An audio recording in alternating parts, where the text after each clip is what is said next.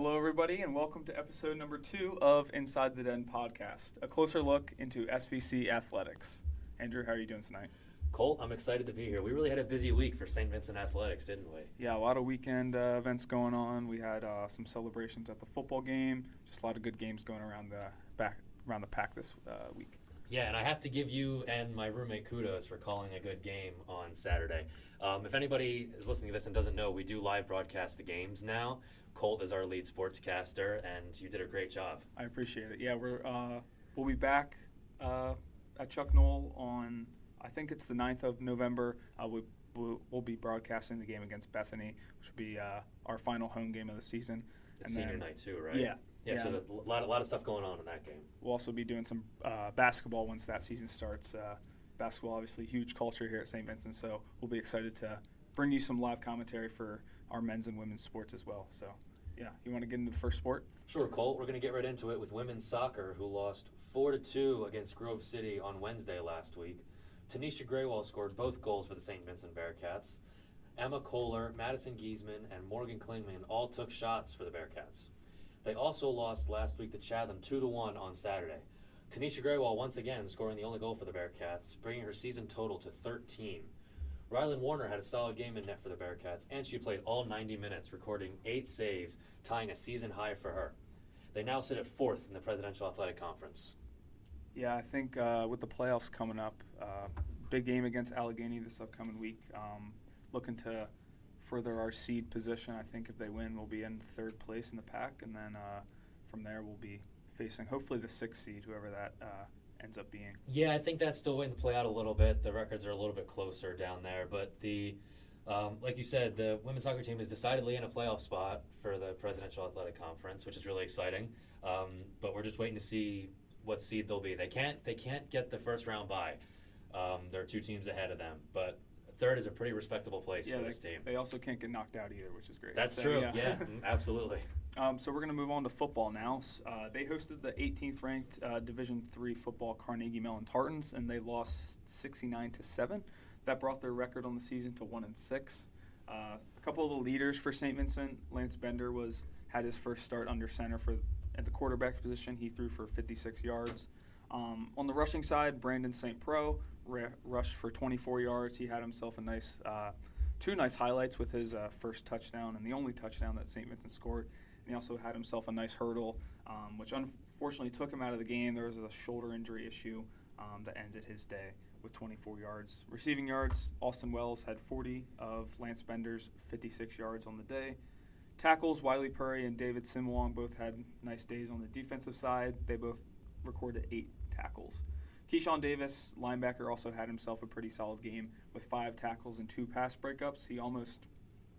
There was a questionable call later in the game that should have maybe been a forced fumble for him, but the refs decidedly talked about it for a while and decided it was an incomplete pass. Also, the quarterback for Carnegie Mellon, Ben Mills, he had himself a heck of a game. He actually broke the passing yard record for a career at Carnegie Mellon, so congratulations to him. That was a big milestone for him and Carnegie Mellon, so good job.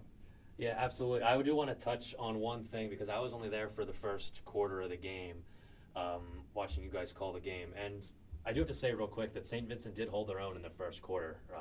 It was an impressive effort against the 18th ranked team, but the punter for St. Vincent, Deshaun Alexander, had just about the most perfect punt that you can possibly have in a football game. Yeah, it was pretty impressive. What was it, a 61-yarder inside the 3? Yeah.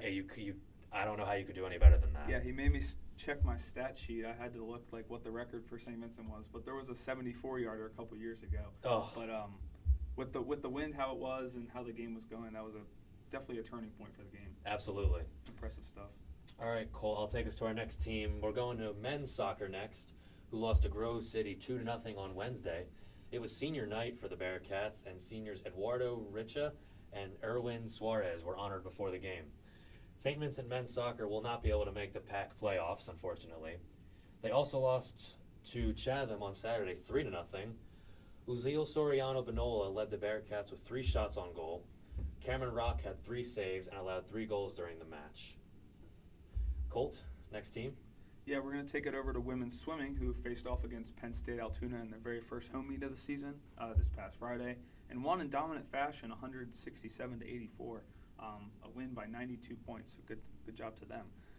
They won 12 out of 14 events, and I said won by 92 points. This brought their record back to 500 on the season. So they're 1-1 on the year and looking to boost that record even higher next week.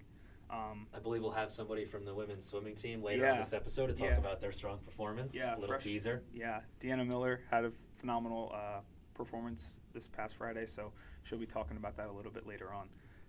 St. Vincent won the opening event of the evening, which was the 200-yard medley relay consisting of Fallon Ziembiak, Deanna Miller, Emma Martz, and Abby Luskavansky.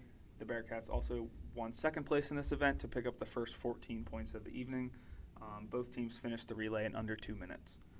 Rachel Hutchinson won her first event of the night, it being the 1,000-yard freestyle. Her best split was 30.51 seconds. 1,000 yards, man. I could never do something like that. That's just... Yeah, absolutely. Like, the sheer endurance that some of these swimmers have is beyond my comprehension. Yeah, I think, like, her final time was under 15 minutes, which, like, swimming for 15 minutes alone, and let alone, like... At that level, that's insane. It's crazy. I get tired walking back to my dorm after eating dinner. I could not do that. Abby Luskavansky added a 100-yard backstroke to her win total with a final time of 1 minute and 1 second. Freshman Deanna Miller had an impressive win in the 100-yard breaststroke. Alongside her was Lily Holsey, who finished in second place in this event. Emma Martz took the win in the 200-yard butterfly to pick up another 9 points for St. Vincent. And in the quick sprint of the 500-yard freestyle, freshman Fallon Ziembiak won with a final time of 26.92 seconds, the fastest female race of the night. Luskavansky picked up another win in the 100-yard freestyle, and she was the only swimmer to complete it in 1 minute. Brooke McDermott was right behind her in second place, though. Ziembiak was also able to win the 200-yard backstroke with a margin of 2 seconds. The Bearcats occupied the top 2 spots in the 200-yard backstroke, as well, with Deanna Miller winning and Lily Holsey with her second runner-up of the night. The 100-yard butterfly belonged to St. Vincent as well, with Emma Martz winning her second event of the night and Teresa Grimm earning her first podium of the season. Deanna Miller continued her great night with a win in the 200-yard individual medley, and Rachel Hutchinson finished in second place. The final event for the women was the 200-yard freestyle, in which the team of Emma Martz, Cece Hicken, Sarah Alexander, and Abby Luskavansky won the event. All right, Colt, up next, women's volleyball. They split their week last week, having 2 games. The first game, they won 3 sets against Teal on Wednesday. Megan Williams had another strong performance for the Bearcats with 17 kills and 10 digs. Lauren Fox recorded 3 blocks, and Vivian Poach recorded 39 assists. And on Saturday against Allegheny, they lost 3 sets of their 4. Lauren Fox and Kaylin Staples-Klasnick led the Bearcats with 9 kills each. Vivian Poach had 26 assists on the day for the Bearcats. Colt, a solid week for the women's volleyball team that now sits 10-11 overall and 4-2 in the pack. Yeah, 4-2 in the pack. I mean, that's what we talked about last week. These pack games are really what you want to win, and they were able to go 1-1, which, I mean, compared to other teams in the pack, pretty solid. Yeah, you can, especially, there's some really good women's volleyball teams in the pack, so holding their own is important if they want to make the playoffs. Yeah, I have a few notes from the Teal game that I was at as well. I mean, it was so high energy, very back and forth on the first set, but after St. Vincent took the lead after the first few points, Teal wasn't able to recover, so congrats to them on winning their first one. And then the second one, Teal took the early lead and kept it the entire second set. St. Vincent brought it back within 5 points, but unfortunately couldn't make that comeback, so it was a tie game after the first 2. Once again, next set, very back and forth. The crowd induced few points for St. Vincent, made it 13-9 when Teal called a timeout. Teal made it close with a few points to remain, but St. Vincent ran away with it in the end. So advantage 2-1 St. Vincent. And finally, St. Vincent carried their momentum into the fourth set and had it the whole way until they got a match point. They forced to take a timeout after letting up 4 unanswered, but after that timeout, they regrouped and were able to win. So congratulations to them. I do want to touch on something you said, Colt, real quick in general.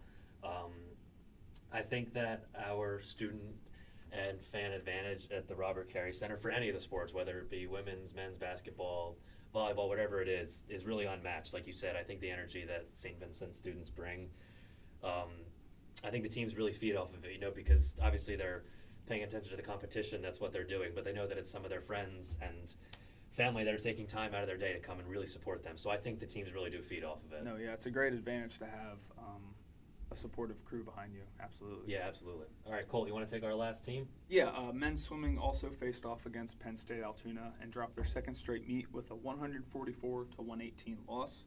The men won 5 out of 14 events, which brought their record to 0-2 on the season. Their first event of the night was a win in the 200-yard medley race. The team that opened up the scoring for St. Vincent was compiled of Jacob Doritza, Liam Randolph, Alex Lucuski, and Robert Harrington.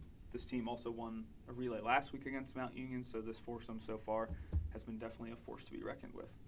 St. Vincent men didn't have another win until Jacob Doritza won the 8th event of the night with a win in the 100-yard backstroke with a final time of 53:47. Liam Randolph would win right after Doritza in the 100-yard breaststroke. Doritza would win once again in the 100-yard freestyle, winning in dramatic fashion by less than 1 second. Randolph would take his third win of the night in the 200-yard breaststroke, his best stroke by far.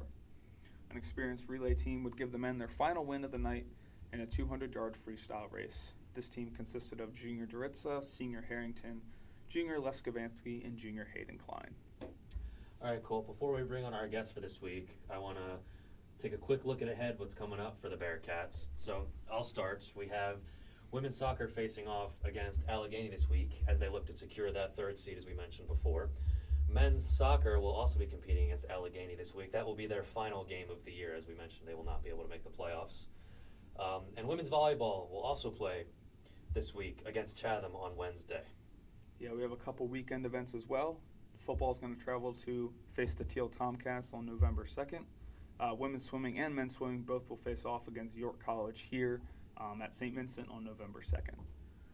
So, Bearcats, you heard, come out and support your teams this week, okay? Yeah, absolutely. Plenty of home games to come and enjoy, so please stop by if you have the chance.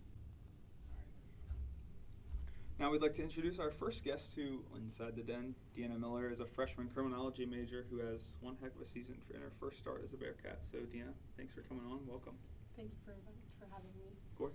Of course. All right, so Deanna, I'm going to ask you first because I'm kind of a dummy about swimming, and I don't know many people that swim, so I haven't heard many stories about it. But for me and the rest of the listeners who don't understand, can you explain sort of what happens in a swim meet? Because it's a little bit different than a typical single game for a team.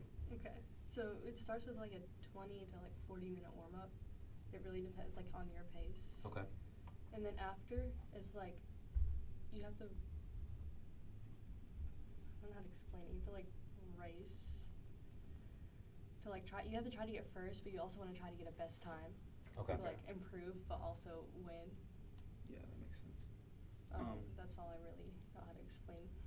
Rest of it's just the single events, right? Yeah. Okay. Yeah. What are some things that like people may not know about the sport, like going in blind? How hard it is. Yeah. It's like you have to train a lot of distance a day. Okay. And you get no rest. Sometimes you don't breathe. It's really tough. No, that's crazy. We were Because, actually just talking about the endurance factor of it is crazy. Yeah, because I can imagine like a practice can be upwards of like what, 2 hours you'd say? Maybe 2 hours. And like you may be only doing like 50 yards, which is like crazy. So like, yeah, that definitely makes a lot of sense. So what events do you usually participate and do you deviate from that at all, or is it usually the same 3, 4, 5 every time? I swim the same events. I do the 200 IM, 400 IM, 200 breast, and 100 breaststroke. Okay. Yeah, obviously, I mean, you had an amazing performance, 4 for 4 in your events, 3 individual wins and 1 team win. So what are some things that you do either before a meet or during a meet that gives you an edge? I usually drink a chocolate milk before swim meet. That's a good one. Okay. Yeah, maybe I should Yeah. I should try that before I go golfing. That probably helped me a lot. I have this whole stretching routine, and then I always have to warm up my knees for my swimming. Awesome. Are you superstitious about any of that stuff? I'm superstitious about the chocolate milk. Okay. Fair enough. I mean, everybody's got their I'm thing. sure. Someone doesn't wash their socks or whatever. Yeah, Everybody's got their thing. No, yeah. So what would you say that some of the goals for your team are this year? Obviously beyond trying to make it to a playoff spot and doing all that stuff, but beyond that, what are you guys looking for this year? Mostly I think we're looking to improve from how they did last year. I want to know how they did really because I wasn't here. Yeah, right. But, So this is your first time. So I mean, speak to what you know. You don't have to. I feel like we're gonna try to improve on our times and get more points in swim meets. Mm-hmm. Yeah, that's good. I mean, you won. I think it was 12 out of 14 events. So I mean, that 176 to 84. Running up the score is always fun. I totally get that. Never slow down. Yeah, statement wins are important. And as a freshman, what are some things about college swimming that are different from high school competitions? Well, there's more there's more distance in the races, and in high school you have to go from straight from class to whatever. Yeah. And here you have good break sometimes. That is good. That's good. And did you compete in the same events as you do now in college as you did in high school? Okay. Yeah. Cool. Did they let you decide that so when you come in as a swimmer, you say this is what I do, and they try to work you into their program, or have other teammates of yours had to switch from what they used to do in high school? Does it kind of is it whatever the team needs, or do they kind of work around what you guys know how to do? Usually the coaches look at the times, and if you're a good fit, he'll try to recruit you. Okay, I got you. So they'll then go out and look for a specific, if some of the graduating students have a specific event and a lot of that class is leaving, then that's the group that they'll look to bring in. That's what we're currently doing right now. Okay. Okay, all right, so you're going through the exact thing then. Okay. So Colt asked a little bit, but more generally speaking, because a lot of the incoming students will listen to this podcast too. What is the biggest change beyond, you said, breaks, just being a high school athlete and then transitioning to being an NCAA athlete? I feel like there's more pressure on me, knowing my old coach, I've been practicing with him for 10 years now, 10 or 11. Okay. And it's just the switch of coaches, and I'm not from here, so it's also the switch of states going into Yeah, you're adjusting personally wise as you're trying to adjust educationally and athletically too. So you're really trying to do all three of those at the same time. Yeah. That's good. What was a typical practice look like? Because I'm sure it's a lot more intricate than people may realize. I'm sure an average fan may just think you're swimming as much as humanly possible, and I'm sure it's a lot more than just that.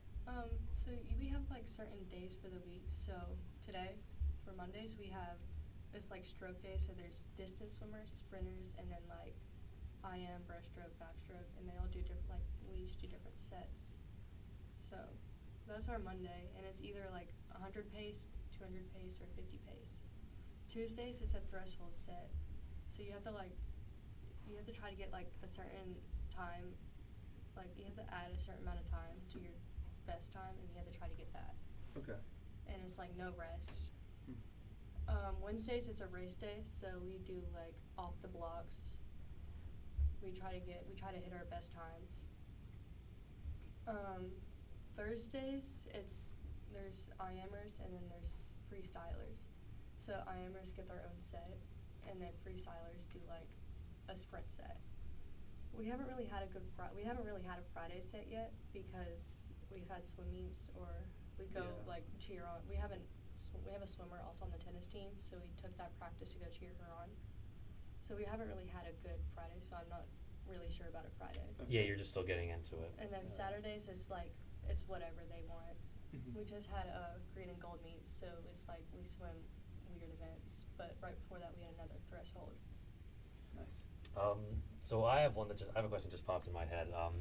So what's the relationship between the men's and women's team? Do you guys sort of have competitions within the program itself? Because you guys the events are the same, right? You're not competing against a men's swimming team, but the events you guys do are the same. So do you guys have competitions within yourselves with that kind of stuff, or is that not really a thing? Usually during practice we do that. Okay. Nice. And then my last question, something I've done some sort of interviews in the past, just over summer, and one thing that I always ask is, do you think that your sport is more physical or mental? It's a little bit both. Because right before your race, you're worried about how you're gonna do, or if you're gonna mess up, and then you have to try to go fast also. So And yeah, I think both are very important, but I feel like someone like that's not at your level like may have a tougher time with the mental side, if that makes sense. Like obviously like your stroke can only be so good, I guess, but like just there's a getting stamina through the aspect mental block. to it. Yeah, absolutely. So I'll end it with the obvious question, but I think it's important too. So if anybody is thinking about coming to St. Vincent as a swimmer, what would you want them to know about the program that we have here? Whether good or bad, this is not, you don't need to butter up the program at all, but just what would be the most important thing for them to know? It's really fun, like having a team with you, but it's really difficult on some days. Yeah, that's a blessing and a curse to have a big group around you. Absolutely. Yeah, you have like a lot of people like who can help you, but if like practices, they don't really pay attention because they're trying to get through it. Mm-hmm. Yeah, they're all working on their own stuff. Mm-hmm. And I know there's days after your 3 or 4 classes that just sound like swimming just sounds like the worst Yeah, you're thing just ever. not like I don't want to do this today. Yeah, absolutely, I get that. Well, Deanna, thank you very much for joining us for a few minutes, and congrats on your fantastic performance last weekend. Yeah, Thank you for having me. Yeah, anytime. We'll be looking out for you. And We don't have to have you back if you guys keep doing so well. yeah, good luck to the rest of your season. Thanks again. Thank you. No problem. All right, and that's going to wrap up our second episode of Inside the Den. Colt, I think it was really cool having our first student athlete on to interview, so thanks again to Deanna for doing that. And I look forward to whoever we're going to have on next week. We have lots of competitions, like we said, so we're not sure who we're going to bring on yet, but athletes, have a good performance, and we'll have you on. Yeah, once again, if anyone to you stands out, please feel free to reach out to one of us, or if you see us around campus, hit us up, whatever you want to do. Yeah, absolutely. We're open to suggestions. Yeah, we'll more than likely take it as well. But thanks again to Deanna. It was a huge help having her on, and she did really well. So we appreciate her time and your time for listening, of course. Yeah, thank you very much. And good luck to all of our teams this week with their competitions, and especially to the women's soccer team who's going to hopefully lock down that 3rd seed in the pack. Yeah, hopefully. We got basketball coming up very soon, some other seasons wrapping up. So we're kind of in a transition phase between our fall and winter sports. So look out for some new sports coming in the upcoming weeks. Yeah, I'm super excited for that, Colt. Me too. Basketball is always huge here, so can't wait. Yeah, it is, and they're going to have a good team this year. So in the next couple weeks, we'll start talking about that. For my co-host, Andrew Lucuski, I'm Colt Easterling. Thank you for listening to Inside the Den. Hey there, listeners. I'm Matt Boyer, station manager of WSVC Radio. If you like what you're listening to, don't forget to hit the like, subscribe, and hit that bell button to be notified with all of our newest updates. Every day, one of our shows is releasing a new episode. Stick around and stay tuned.